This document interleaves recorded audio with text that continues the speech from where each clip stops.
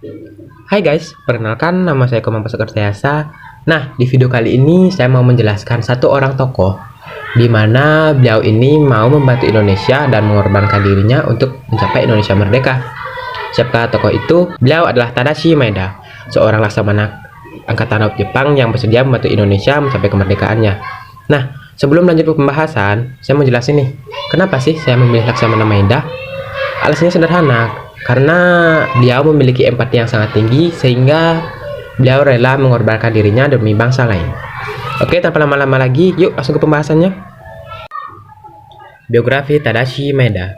Laksamana Maeda adalah seorang perwira tinggi Angkatan Laut Kekaisaran Jepang di Hindia Belanda pada saat Perang Pasifik.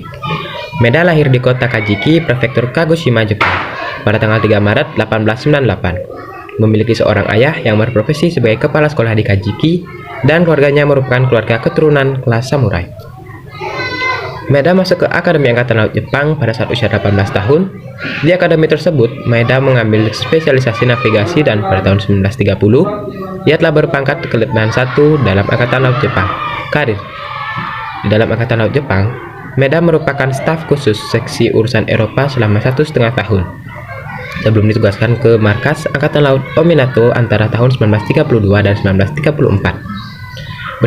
Berspesialisasi dalam hal-hal yang terkait dengan Jerman. Istrinya meninggal pada saat penugasan Maeda, dan selama sisa hidupnya ia tetap menjadi seorang duda. Pada tahun 1940, Maeda ditunjuk menjadi atase Angkatan Laut untuk Belanda, dan setelah Jerman Nazi menyerbu Norwegia dan Denmark, Maeda memperingatkan pemerintah Belanda bahwa Jerman akan menyerbu Belanda selanjutnya. Pada bulan Oktober 1940, Maeda ditugaskan ke Indonesia yang saat itu masih bernama Hindia Belanda untuk menegosiasikan perjanjian perdagangan dengan pemerintah kolonial, terutama untuk membeli minyak untuk Jepang.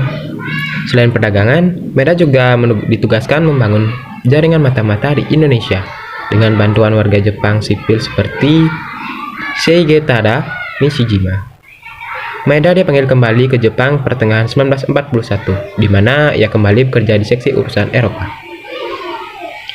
Setelah invasi usai dan pemerintah kolonial Belanda jatuh, Maeda ditugaskan ke Batavia atau Jakarta sebagai penghubung antara Angkatan Laut Jepang dan Angkatan Darat Jepang ke-16. Sepanjang masa Jepang, Maeda mengizinkan kapal selam Jerman Nazi untuk beroperasi dan transit di pelabuhan-pelabuhan di Indonesia. Maeda membentuk Asrama Indonesia Merdeka pada bulan Oktober 1944. Maksud asrama ini adalah untuk menciptakan operasi dan transit di pelabuhan-pelabuhan di Indonesia. Maeda membentuk Asrama Indonesia Merdeka pada bulan Oktober 1944. Maksud asrama ini adalah untuk menciptakan pemimpin-pemimpin untuk negara Indonesia yang merdeka. Peran dalam kemerdekaan Indonesia. Saat sidang Panitia Persiapan Kemerdekaan Indonesia atau PPKI diselenggarakan pada tanggal 16 Agustus 1945, Soekarno dan Hatta yang seharusnya turut hadir dalam sidang tersebut justru mereka tidak datang.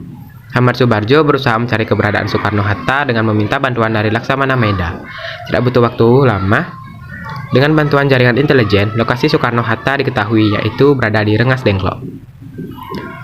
Saat itu Soekarno-Hatta tengah disembunyikan oleh golongan muda ke Rengas Dengklok untuk menjauhkan keduanya dari pengaruh Jepang. Soekarno-Hatta dibawa kembali ke Jakarta untuk merumuskan proklamasi pada 16 Agustus 1945 malam. Para tokoh yang terlibat langsung pergi ke rumah Laksamana Tadashi Maeda di Jalan Imam Bonjol nomor 1 Jakarta Pusat. Awalnya Laksamana Maeda mengusulkan agar Soekarno, Hatta, dan Ahmad Subarjo pergi menemui Kepala Staf Tentara Angkatan Darat ke-16, Mayor Jenderal Moichiro Yamamoto. Namun karena Yamamoto tidak menerima kedatangan Soekarno-Hatta, Laksamana Maeda mengizinkan rumahnya untuk dijadikan tempat perumusan naskah proklamasi. Sebagai Kepala Perwakilan Angkatan Laut Kekaisaran Jepang, rumahnya merupakan tempat yang harus dihormati oleh Angkatan Perang Jepang, sehingga dinyatakan aman. Memastikan perumusan proklamasi berjalan aman, Laksamana Maeda tidak hanya mengizinkan rumahnya dijadikan tempat perumusan proklamasi, tapi juga memastikan agar proses perumusan berjalan dengan aman dan lancar. Ia pun menyiapkan pasukan dalam rumah dinasnya agar kondisi tetap aman.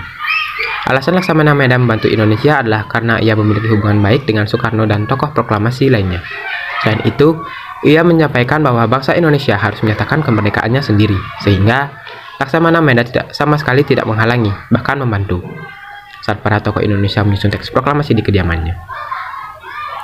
Setelah proklamasi kemerdekaan, ia pun sempat dipenjara oleh sekutu karena dianggap membantu Indonesia mencapai kemerdekaannya. Amar Subarjo menyebut Laksamana Meda memiliki sifat samurai Jepang yang rela mengorbankan diri demi tercapainya kemerdekaan Indonesia. Saat ini, Rumah Laksamana Meda telah dijadikan Museum Perumusan Naskah Proklamasi pada 17 Agustus 1977. Pemerintah Indonesia menganugerahkan bintang jasa kepada Laksamana Meda. Penganugerahan itu disampaikan oleh Duta Besar Republik Indonesia di Tokyo, Witono. Oke guys, sekian dulu video yang bisa saya tampilkan. Semoga video ini bisa mengembangkan wawasan kita lebih lebar lagi ya. Nah, untuk kalian yang suka, kalian bisa like dan tinggalkan komen. Dan itu aja sih.